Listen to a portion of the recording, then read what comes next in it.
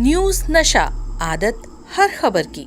कांग्रेस के पूर्व अध्यक्ष राहुल गांधी लोकसभा में नेता प्रतिपक्ष होंगे। पार्टी संसदीय दल की प्रमुख सोनिया गांधी ने लोकसभा के कार्यवाहक अध्यक्ष भर्तृहरि मेहताब को पत्र भेजकर कांग्रेस के फैसले के बारे में उन्हें अवगत कराया था कि निचले सदन में राहुल गांधी पार्टी के नेता होंगे। लोकसभा में कांग्रेस का नेता ही नेता प्रतिपक्ष होगा। कांग्रेस ने लोकसभा चुनाव में 99 सीटें जीती है। पार्टी के संगठन महासचिव के.सी. वेणुगोपाल ने संवाददाताओं को बताया कि सोनिया गांधी ने पार्टी के इस फैसले के बारे में सूचित करते हुए लोकसभा के प्रोटेम स्पीकर भर्तृहरि मेहताब को पत्र भेजा था। राहुल गांधी इस बार उत्तर प्रदेश के रायबरेली लोकसभा क्षेत्र से निर्वाचित हुए हैं। इससे पहले वह लोकसभा में केरल के वायनाड और उत्तर प्रदेश के अमेठी का प्रतिनिधित्व कर चुके हैं। वो 5वीं बार लोकसभा पहुंचे हैं। उन्होंने मंगलवार को लोकसभा सदस्यता की शपथ ली। कांग्रेस ने लोकसभा अध्यक्ष पद के चुनाव से एक दिन पहले राहुल गांधी को विपक्ष का नेता बनाने का फैसला किया। कांग्रेस कार्यसमिति ने गत 8 जून को सर्वसम्मति से एक प्रस्ताव पारित कर पूर्व अध्यक्ष राहुल गांधी से आग्रह किया था कि वह लोकसभा में नेता प्रतिपक्ष की जिम्मेदारी संभाले। उस समय राहुल गांधी ने कार्य समिति के सदस्यों के विचार सुने थे और कहा था कि वह इस बारे में जल्द फैसला करेंगे। अब राहुल गांधी नेता प्रतिपक्ष बन रहे हैं तो वह उस कमेटी का हिस्सा बन जाएंगे जो सीबीआई के director, central vigilance commissioner,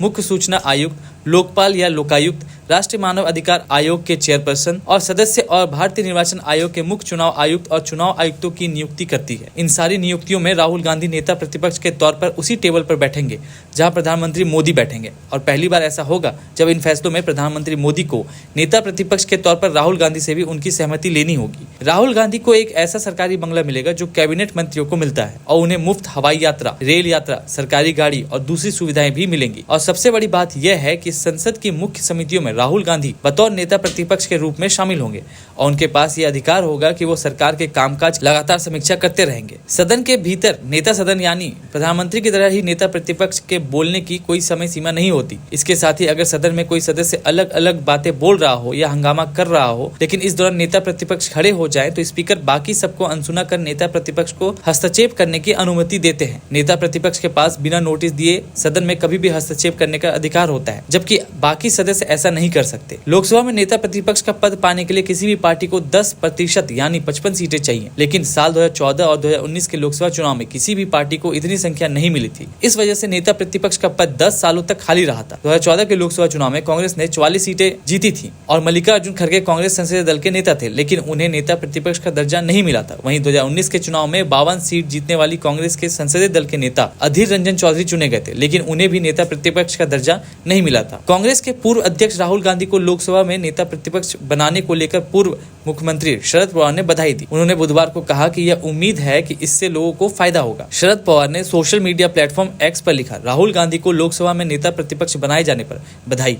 Bharat जोड़ो यात्रा से मिला अनुभव काम आएगा। संविधान और लोगों के हितों की रक्षा करने की इस दिलचस्प यात्रा के लिए राहुल गांधी को all the best. Speaker sir, I'd like to congratulate you for your successful election.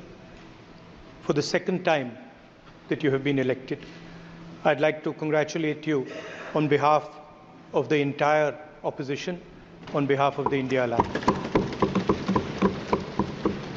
Speaker sir, this House represents the voice of India's people, and you, Speaker sir, are the final arbiter of that voice.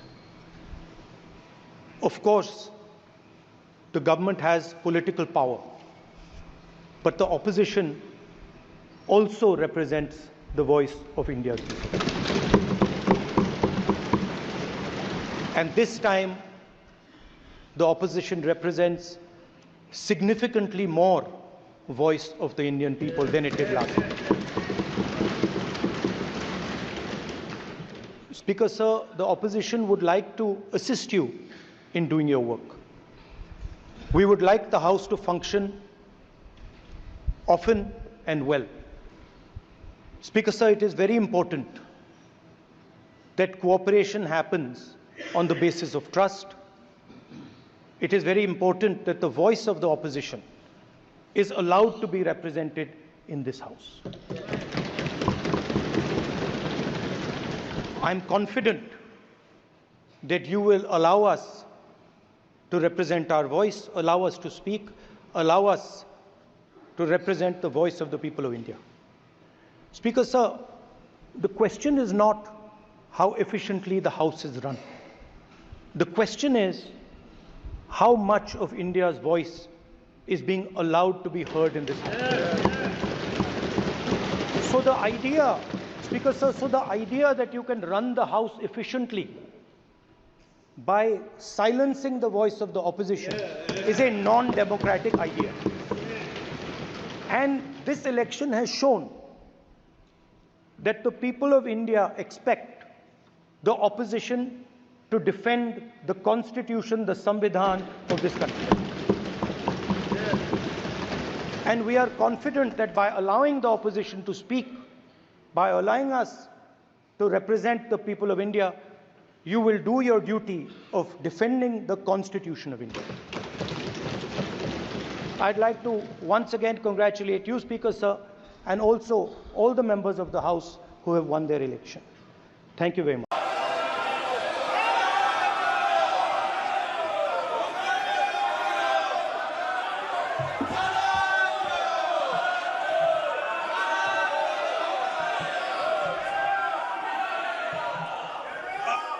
I, Rahul Gandhi, having been elected a member of the House of the People, do solemnly affirm that I will bear true faith and allegiance to the Constitution of India as by law established, that I will uphold the sovereignty and integrity of India, and that I will faithfully discharge the duty upon which I am about to enter.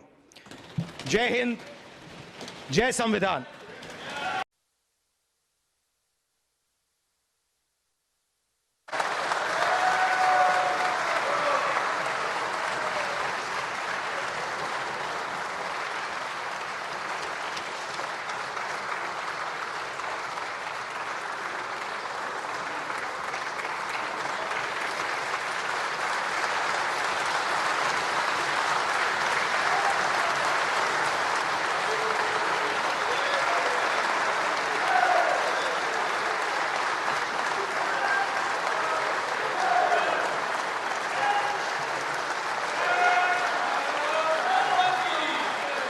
आपके chair है, आप संभालें please.